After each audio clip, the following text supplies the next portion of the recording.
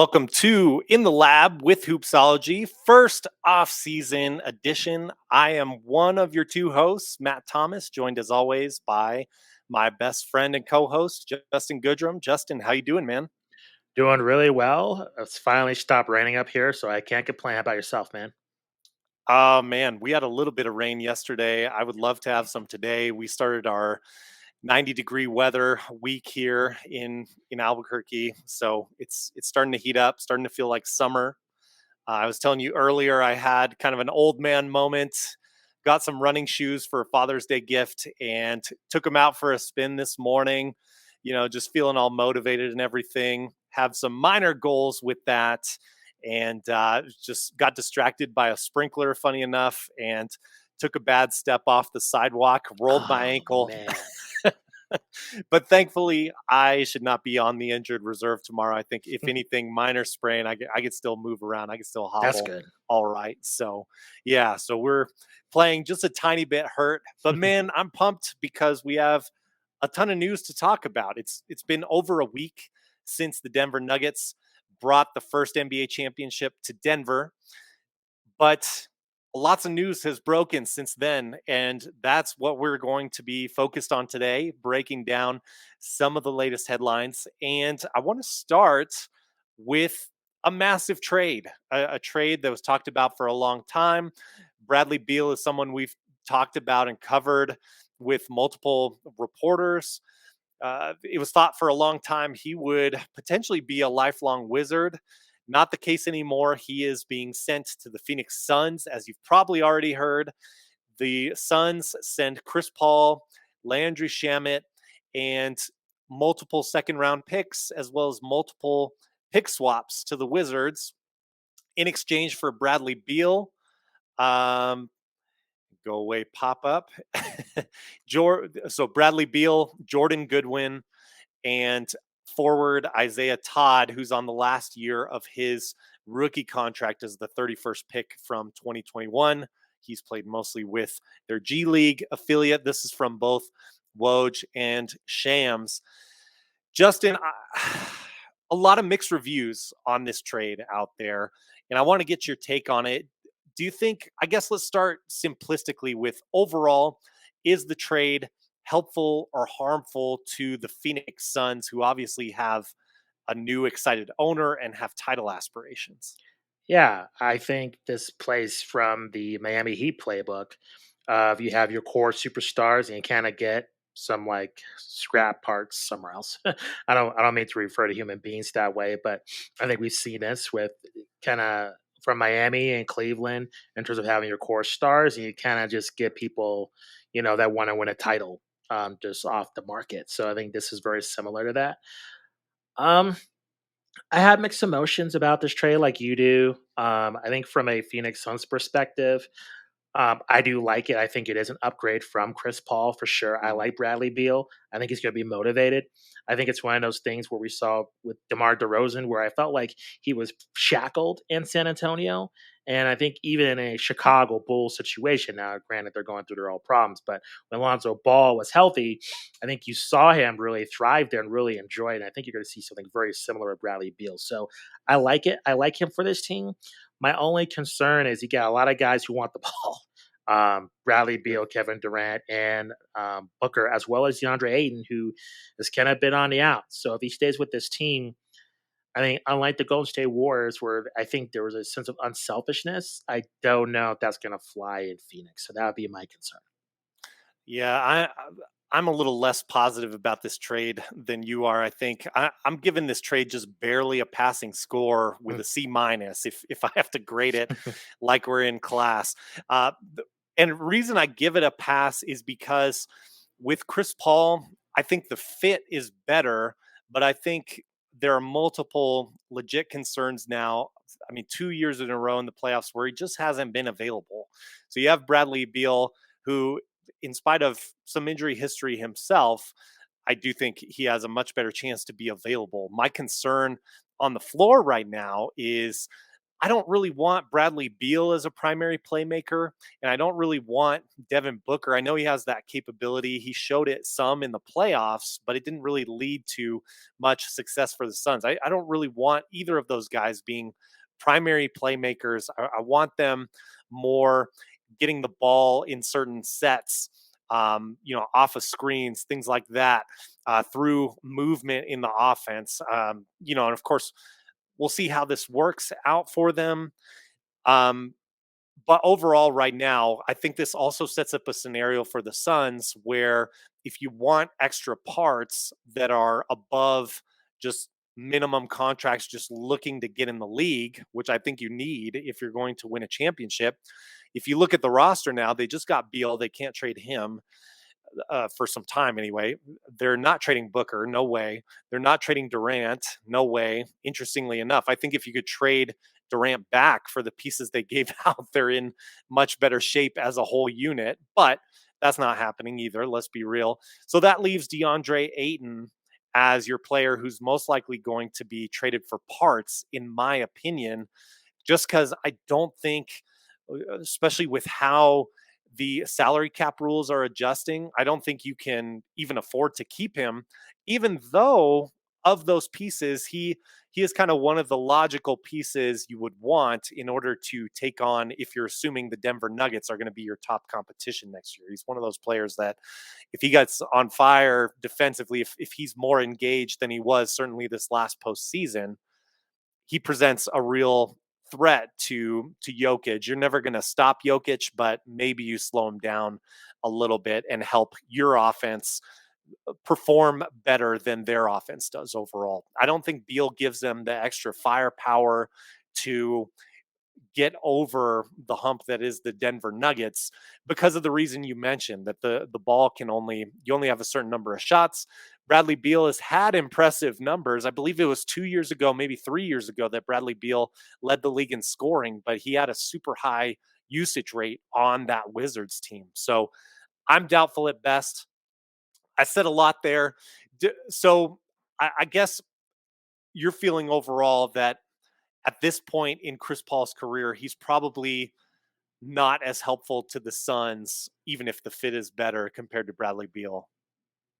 Yeah, I just think with Chris Paul at this point, he's older. The injuries. I mean, I come on here so many times, and this injury woes, especially as Yeah. this season has taken a ways.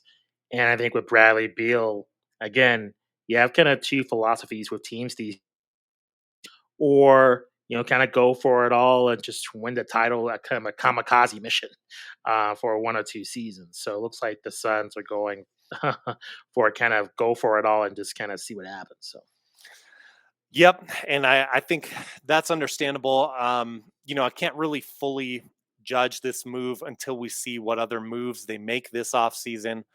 I would personally be concerned if I'm a Suns fan just because of the salary tied to Beal, Booker, and Kevin Durant, and these upcoming salary cap restrictions.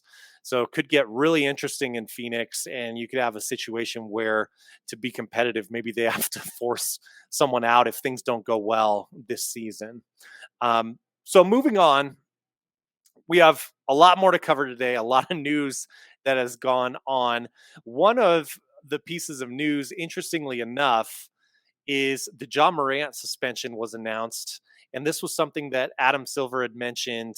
We don't want to take away from the NBA Finals. So we're going to wait and announce this, I guess, immediately after the finals so that conversation immediately shifts away from the finals after it happens. But that's how the news cycle works. So I see it as kind of humorous, but it's understandable because the conversation was going to change away from Denver pretty quickly anyway. But anyway, as you've probably heard, Ja Morant suspended for 25 games.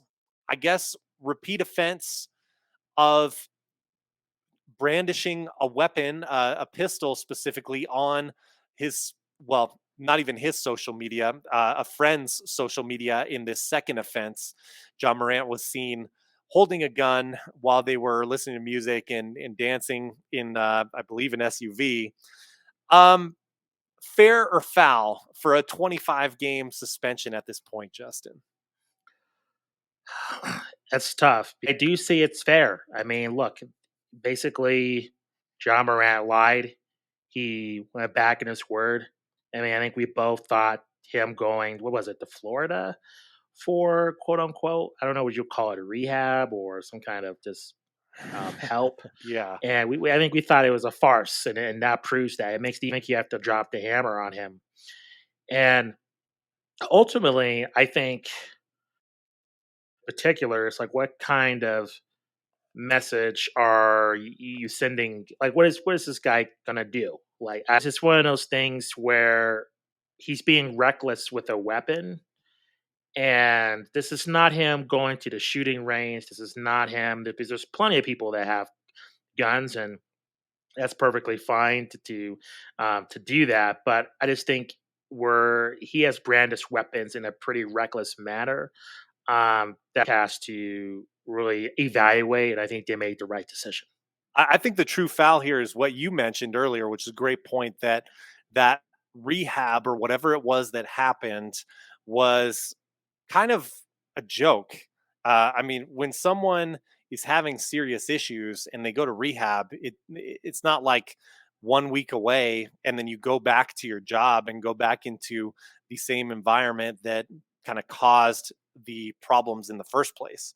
So I think that's kind of one of the bigger fouls. I do wonder, hindsight being 2020, if they would have been better off just getting this suspension off initially, even though it would have looked harsher. It would have given him maybe more time, or his team around him maybe accepting that he needs to take the rest of the season off, get his head right, and then come back into the next season, refreshed and everything. Consequence for John Morant is that he will be ineligible for a lot of bonuses next year because he will be ineligible for regular season awards, things like the All NBA teams, things like, of course, MVP and other regular season awards, because he'll only be playing, if he serves that full 25 game suspension, he'll only be playing 57 games, which is no longer enough to qualify for those regular season awards. So I think that's an interesting element. I mean, truly, literally paying for his actions. And I mean, for myself, I mean, my view is always you should not put young athletes, especially young 20-some-year-old males, on a pedestal, because just as young men, we are prone to doing stupid things, making stupid mistakes. So I think everyone should take caution in, who you place as like a role model or a hero or an icon. Um, and clearly, it's a situation now where Ja has admitted himself multiple times he needs to mature and grow out of this. And it's sad because he's at the top of the NBA at such a young age.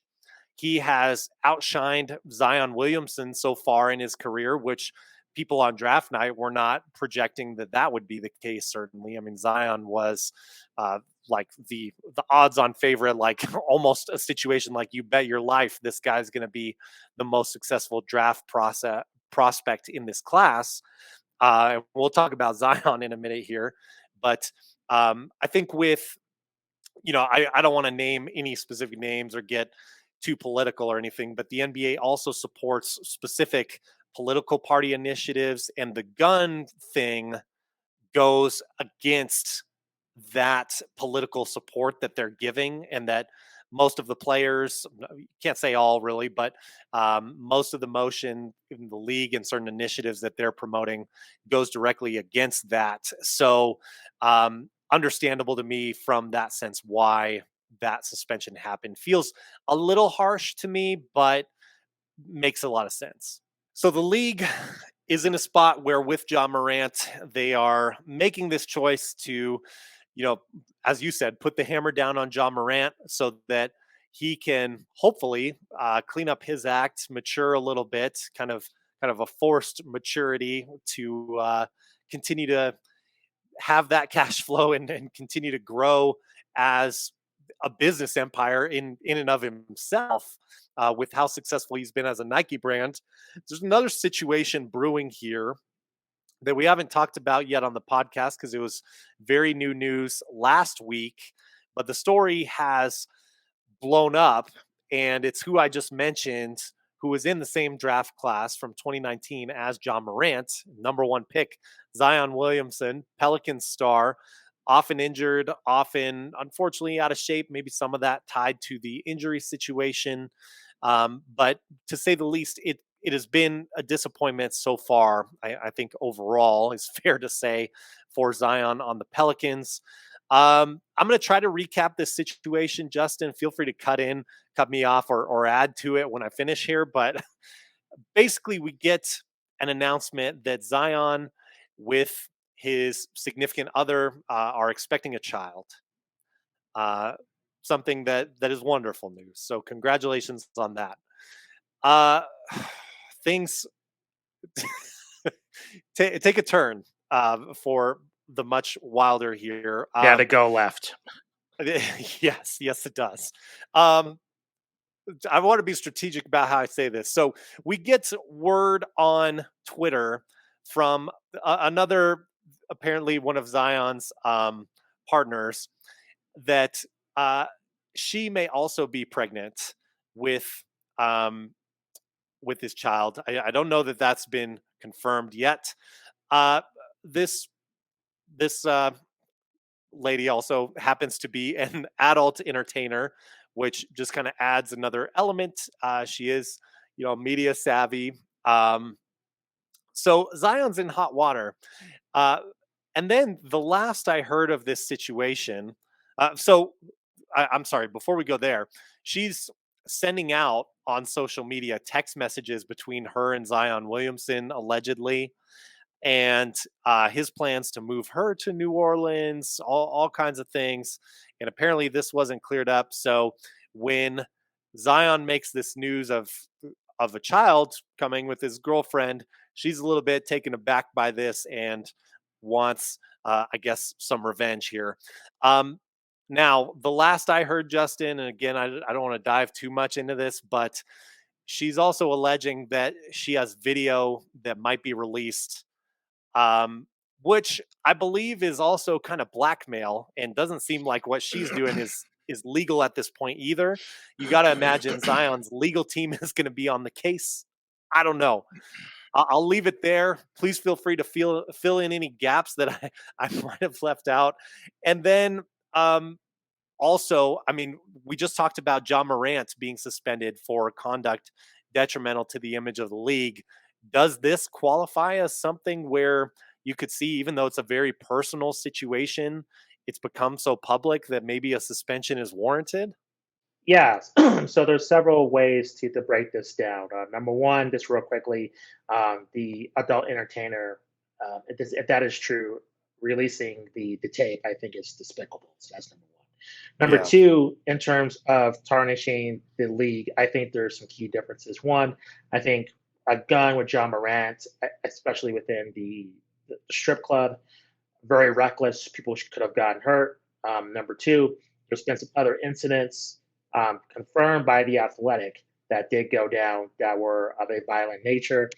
So I think that's to take it into account with John Morant. Compared to Zion, I think you have to wonder one, does your, I guess, run of the mill NBA fan, are they aware of this? I mean, is this getting outside to mainstream circles?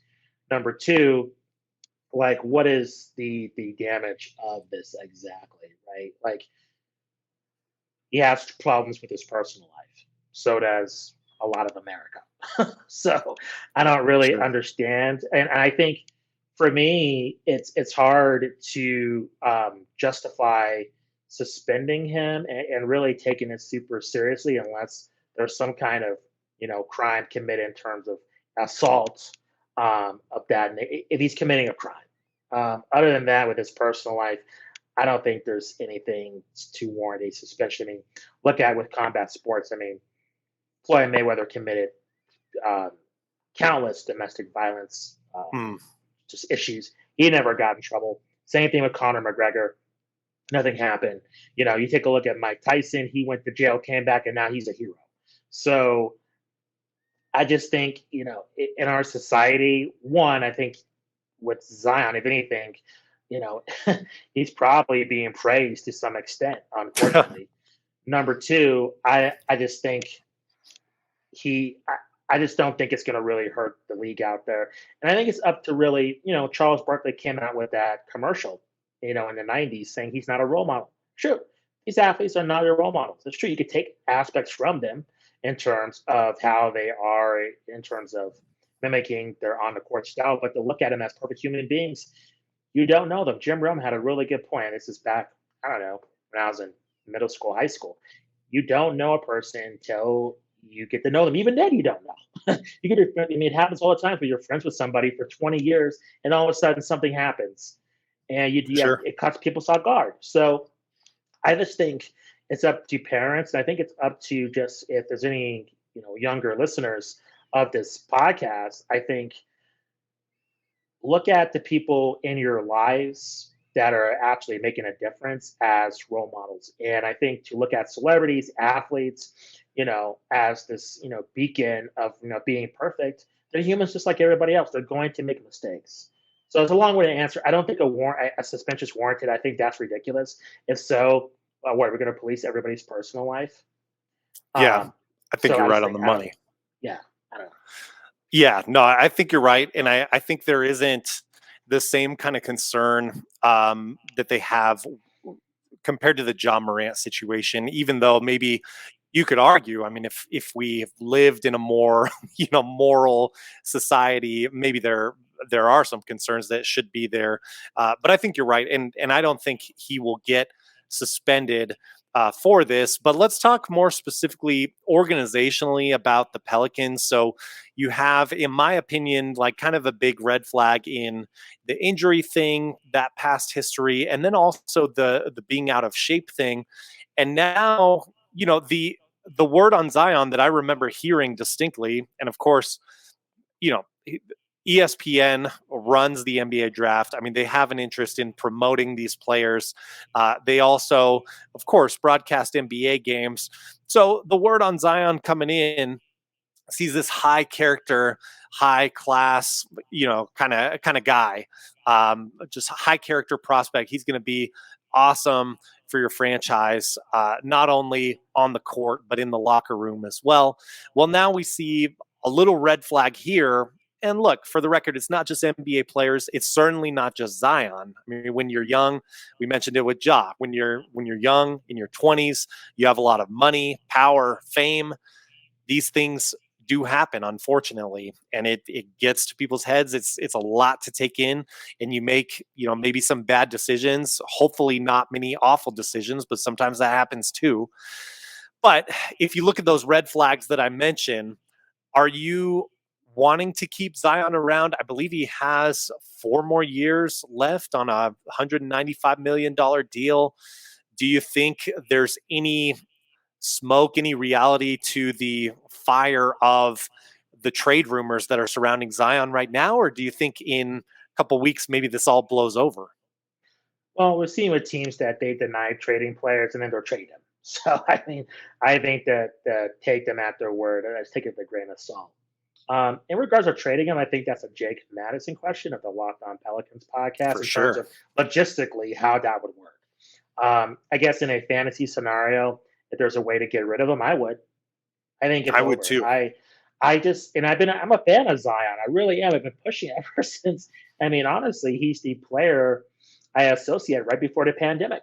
I mean, he that was his rookie year, Yeah. and I just think what concerns me more about his way is that he's had no, from whatever reports have said, he has no communication with the Pelicans. That's a Mm, massive concern.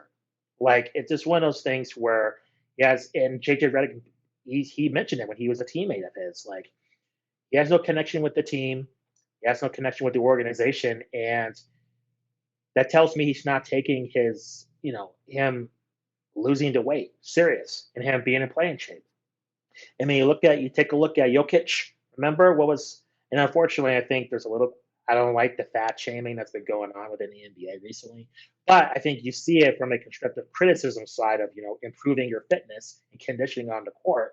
I think you see the stars pay dividends. You take a look at Jokic, right? Like, remember that was the thing against him? And remember, I think those pictures in Serbia, he's like ripping, cutting, he's jacked now. We're trading pictures in our tech chain how, fit he looks coming into the season. And now he's a champion. You look at Luca, there's pictures of him getting in shape, where he's from. So I think that is a part of the game. And I think with Charles, I think Moses Malone called him fat. He's like, hey, you cannot play in this Right. league with your weight being this way. You saw with Charles Barkley, for the most part, he was in phenomenal shape through his entire career, I would say. So I think with Zion, it's one of those things. I'm afraid that his career is just going to be cut short. Like, I really do. Personal problems aside, like, I think that's that could be relevant in terms of just his attitude, but I don't know his personal life, so I'm just gonna kind of extract it from the conversation of his playing career. But Sure. I think in terms of what we've seen from a basketball standpoint, in my opinion, I I think for if you're the Pelicans, I think it's in your best interest just to cut bait with him and see what kind of value you can get. And especially in this draft where there's, if you can, there might be some good players there. You might be able to make some kind of move. I think it's worth it. I mean, you already have, Brandon Ingram, you have CJ McCollum. I mean, they're not a bad team. And I'm sure there's other teams that would be willing to take a chance on Zion. It may Yep. be best for him to get out of there, just a change of scenery, get the heck out of there. And they made their playoff run, gave the Suns a little bit of a scare Yeah. without Zion. Zion Yeah. wasn't involved in that. No. And I think if you could leverage trading him to Charlotte and getting that number 2 pick, I mean, Charlotte gets the potential of a megastar that could, if he turned things around, he could lift that franchise up quite a bit. You think about LaMelo and Zion together, that would be super Be fun awesome. if Yeah. healthy and on the court together. Yeah. Big if. I think it makes a lot of sense. And then Pelicans, you land Scoot Henderson Yeah. and go crazy with that. And he seems more and more from workout footage and all accounts, seems like he is going to be a legit guard in this league for a long time to come. So I think almost could consider that a win-win type of situation. Wanted to touch on, you mentioned Jokic, and one thing too that's fairly common that we've talked about before is NBA players do take typically at the earliest in their mid 20s, but typically in their late 20s, like Jokic, 28 when he wins an NBA title. It takes time for these players to mature and grow in the league. And it seems like now with Zion, you're in agreement with me, and I'm in agreement with you that New Orleans probably isn't going to be the place where Zion matures. And if it were to be that place, it's going to be towards the end rather than soon in that 4 years remaining that he has on that deal.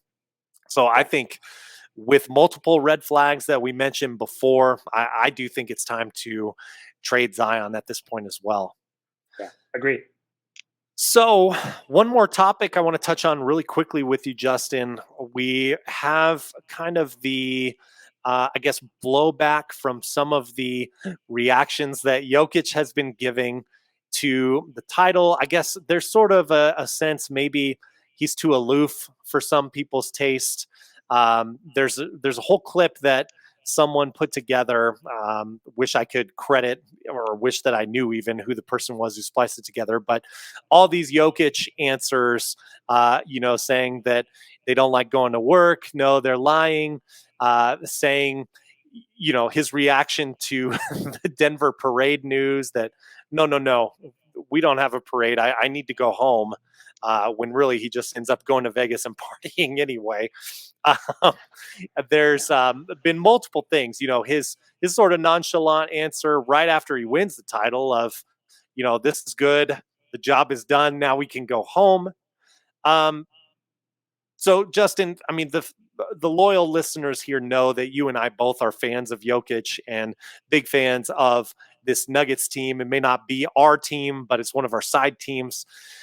Do you think there's fairness in that criticism that they give Jokic about being too nonchalant in all of this? How do you take his reactions? I think you have a lot of old school media, and to be fair, I am blaming them. And it could be new school media too, but I've seen it primarily from Dan Patrick and Dan Lebertard that have levied Mm, this criticism, and I think it's foolish. It's one of those things. You heard about the same thing about Tim Duncan, right? He doesn't have any personality. He's boring. Same thing with the Detroit Pistons when they won. They're boring. They're just matter of fact. Like, what do you want? Like, you're going to criticize Ja Morant, you're going to criticize Zion Williamson, great and point. then you're going to criticize Jokic for what? Doing his job Great spectacularly. point. And then, by the way, he does enjoy winning. There is footage of him. I don't know where they're at in the Ball Arena or the Denver. I think they're in Ball Arena. There's like a hot. What was it called? A cold tub. And I think it's Murray and Jokic. They're wrestling. They jump in. They're having fun. They're enjoying the title. But so is that guy? Does that look something? He's miserable. Does that look like he's bummed out? He's diving in there, and in the Or parade, that he he's like, doesn't "I care. enjoy parade."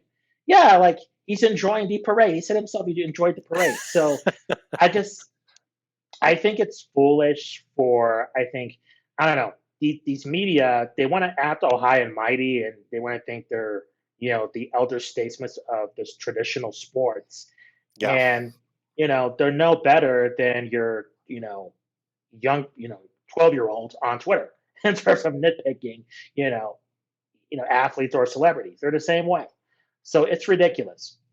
And as long as his play is of a great standard, and that doesn't include winning. Sometimes you win, sometimes you lose. That's just the way it goes. Um, as long as his play is of a certain standard, if it's of his previous years, then his attitude's irrelevant. As long as he's a great teammate, as long as he's kicking ass, then who cares? Like it's ridiculous. I think just to have that criticism against him. I think it's just stupid.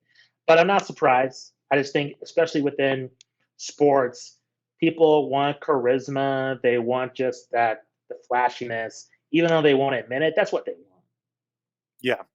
Yeah. And you're 100% right here. I think to add to that, too, I think there's still this eternal hunt for like Michael Jordan comparison. Like, and in this sense, here's what I mean. I think they want to see when Jokic gave the answer that his number one priority is his family at home, his wife and his child, that's not as attractive as the Jordan, like, I'm going to die for this sport. I'm going to do everything to prove I'm the best. I'm going to give it all, the typical like Jordan, Kobe type of stuff. And to their credit, not really mentioning their personal life like a whole lot in their life. Not that there's anything wrong with that, but they weren't like tying in this family drama thing. It was with the media. It was all about like dedication to my craft and sport.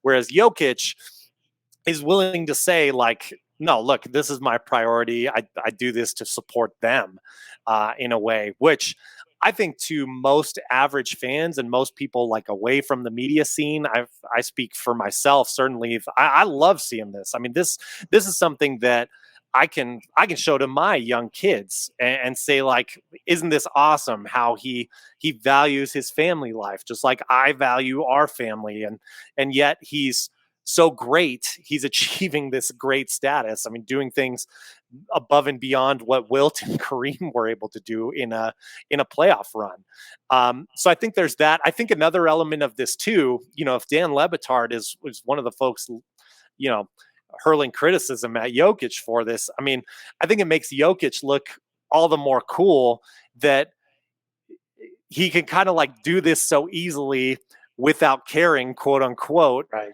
and That's true. beat your Miami Heat. Like, I mean, how That's much true. cooler does that make Jokic look? It always looks cooler when someone does something impressive and doesn't look impressed at themselves for doing it. Yeah. No, that's true. No, absolutely. I, I don't know. If you look at Jordan, like he wasn't the most charismatic guy. Like, can you remember one great quote from him? I mean, I'm struggling to Miss the think. shots you don't take would Yeah. be one of them. I'm sure we could find some others, but you're right. He was He, a little mellow, a little like kind of monotone in interviews. I mean, yeah. gave great answers, very professional, but not very exciting in interviews. Extremely exciting on the basketball court. I just think I don't know. I think within combat sports that's different because you're trying personality sells the fight. And so Mm. if you don't have a personality, that does hurt you in terms of, bringing people to watch you. In team sports, it's your athleticism, it's your play. I mean, Jokic gets paid the same way if he's trash talking guys on the court or if he wants to go home to his family. I mean, his play is that's going to be indicative of how much money he's going to make. So I don't Yeah, I know. do think I there's a just think case to it's be ridiculous. made for like face of the league status. If you're going to move into that, if you're not entertaining for people, I think part of the reason I don't he's think he getting that cares. criticism. Yeah, yeah, I think you're right there. I think part of the reason the criticism is coming is some of these talking heads are trying to draw out some further entertainment value from Jokic, even though those criticisms may be unfair or unwarranted. They're trying to like make their content, and so they've got to like attack Jokic because he's a pretty well mannered guy, humble guy seemingly, and isn't giving you a whole lot of sound bites that are very controversial. No, it's just crazy to me because I think people want this like perfect athlete, and they You're right. forget Yeah, these people are humans. Like I don't I don't understand what you want. Like we see and it'll never be criticism. good enough. No, I mean we see it in golf, right? Like John Daly, he drinks too much, or with like I don't know, you pick or there's whatever boring golfer there was like in the '90s. Well, he's too boring. And then Tiger Woods, he's like a robot. And then it's just like, like, Or and he then Jim fist Robinson's pumps make too one of them. much. Yeah, it's like I don't understand what more. I don't. It's just like just ridiculous. And I get why these athletes have so much contempt for the media because it's stupid. It's really asinine in terms of the things they go after you about, let alone like the on the court stuff. But yeah, if I'm Jokic, I'm enjoying his horses and his family and just chilling out in Serbia. So All right. Well, another great in the lab. I think we had some deeper life lessons in this one, Justin. right, I think we learned like if you are a young male coming up, be careful who you associate with, be careful who your role models are. And we learned that no matter what you do, even if you're great, and maybe especially if you're great, you're always going to have some critics out there. So yeah, don't no, worry sure, about that. Jokic, don't worry about that. Listen to us. We love you. Come on the pod. yeah, Come talk to no, us. agreed, no doubt. All right. Well, be sure, you guys, we will be back with another episode very soon. In the meantime, check out our evergreen content on our YouTube channel, on our podcast feed, hoopsologypod@gmail.com. Send us an email. Give us your thoughts, any mailbag topics for this summer. And for Justin Goodrum, I'm Matt Thomas. This has been another In the Lab. We'll see you next time. Peace. See you next time.